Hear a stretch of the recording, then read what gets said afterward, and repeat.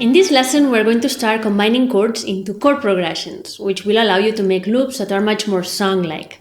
We'll still be working with just the 7 chords of the major scale, and we'll make use of everything you've learned in this course until now. I think you're going to be very excited to see how all these techniques really come to life when we add harmonic movement.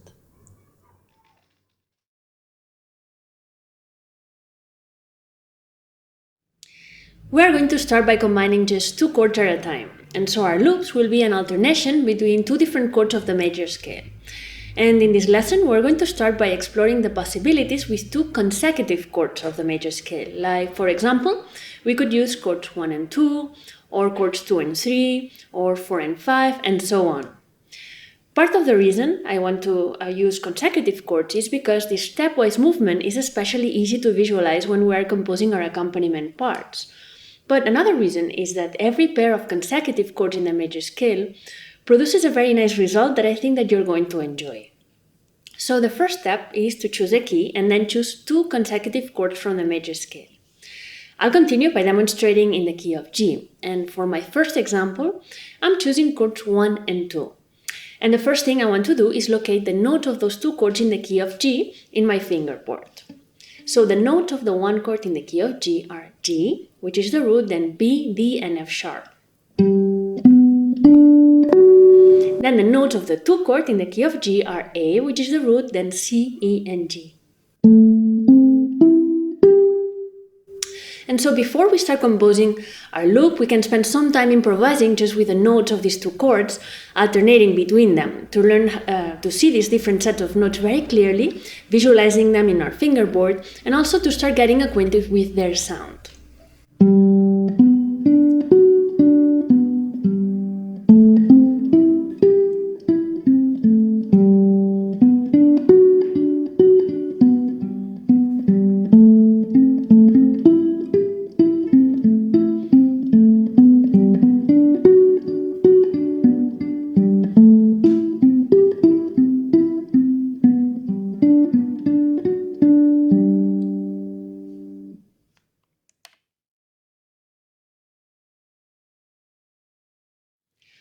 For this example, I'll start with the bass part. And what's new in this lesson is that our bass line is going to be alternating between 2 different chords.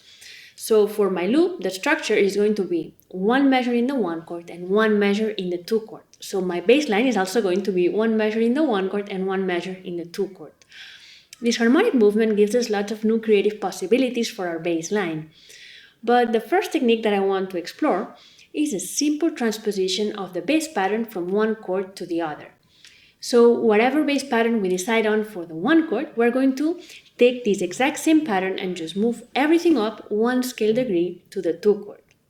So what we're actually doing is what people call diatonic transposition, because we're staying inside the key of the music the whole time. But the logic is very simple. Whatever we do in the 1 chord, we're just going to move the whole pattern up to the 2 chord and play it in the exact same way. So imagine that we come up with a pattern for the 1 chord that sounds like this.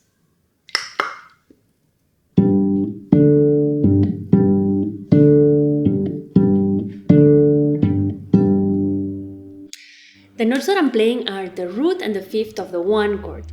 These are notes G and D. So to reproduce this exact same concept in the 2 chord, we need to find the root and the fifth of the 2 chord.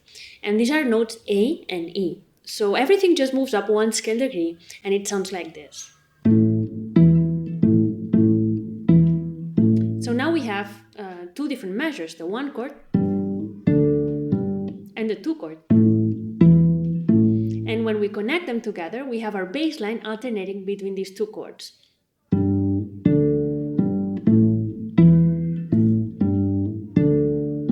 And now we're ready to record this into the looper pedal.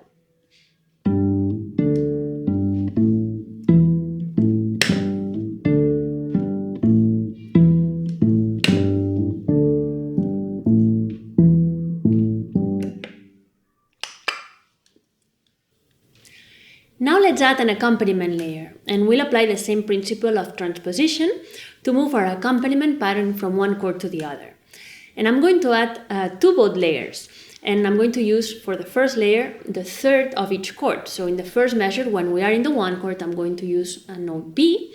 And in the second measure, when we are in the 2 chord, I'm going to play note C, which is the third of the 2 chord.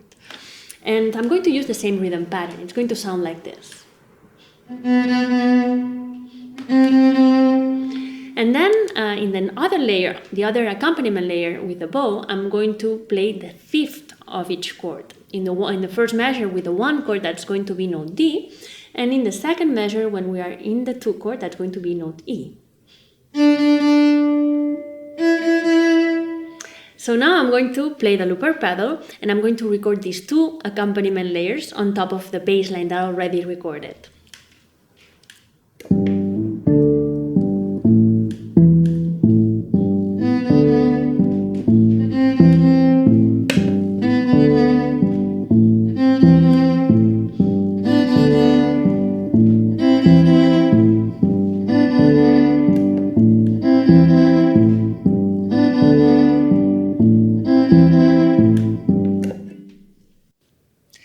In our soloing, for the first time, we're going to be improvising over a chord progression consisting in more than 1 chord. The most important thing to understand about this is that it doesn't change our process at all. You're still going to be improvising freely in the key of the music and following your own imagination. Because the chord change is already present in the music, that's already going to be influencing your own musical ideas, so you can just flow with the music and play the sounds that you imagine. Let me demonstrate that for you. And before I start soloing, I'm going to record another layer with percussion to make this loop a little nicer. And then I'll start improvising using the notes of the key of the music.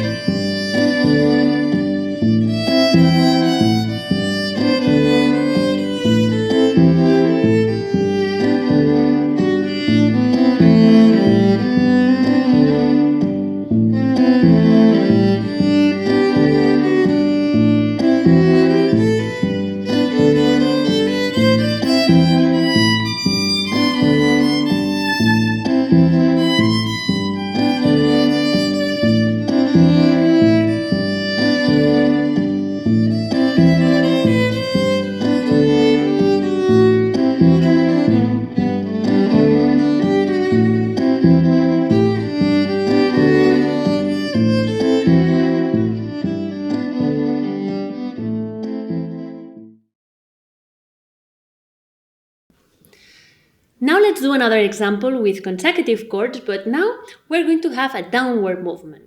I'll choose the 6th chord as my first chord, and then for the other chord, I'm going to go down to the 5th chord. So that means that in both my bass part and my accompaniment layer, whatever pattern I create for the 6th chord is all going to move down 1 scale degree for the 5th chord. And this time, let's start by creating the pizzicato layer first. I'm going to do a really simple pizzicato using the root, the 3rd, and the 5th of the chord. In the 6th chord, this means that we're going to use notes E, G, and B. And I'm going to play them like this. And so when we advance to the 5th chord, I'm going to move all this pattern down 1 scale degree to find the root, the 3rd, and the 5th of the 5th chord. And because I'm in the key of G, that means that these are notes D, F sharp, and A. And this pattern is going to sound like this. And so when we connect all this together, we're going to have this accompaniment alternating between the 6th chord and the 5th chord.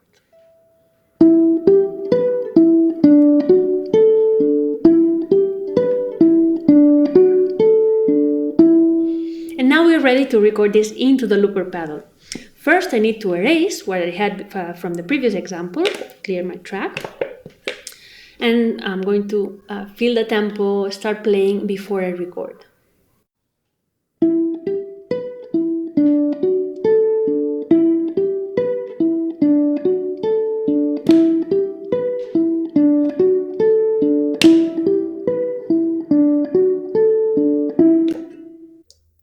Now let's add a bass line.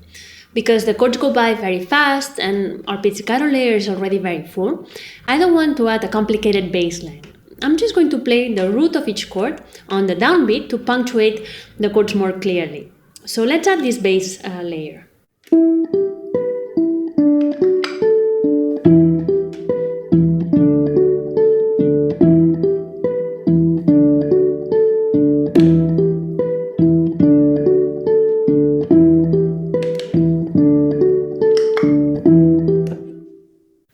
Now I'm just going to add some very soft percussion on the offbeats, and once this last layer is recorded, I'll start improvising to take this loop for a test drive.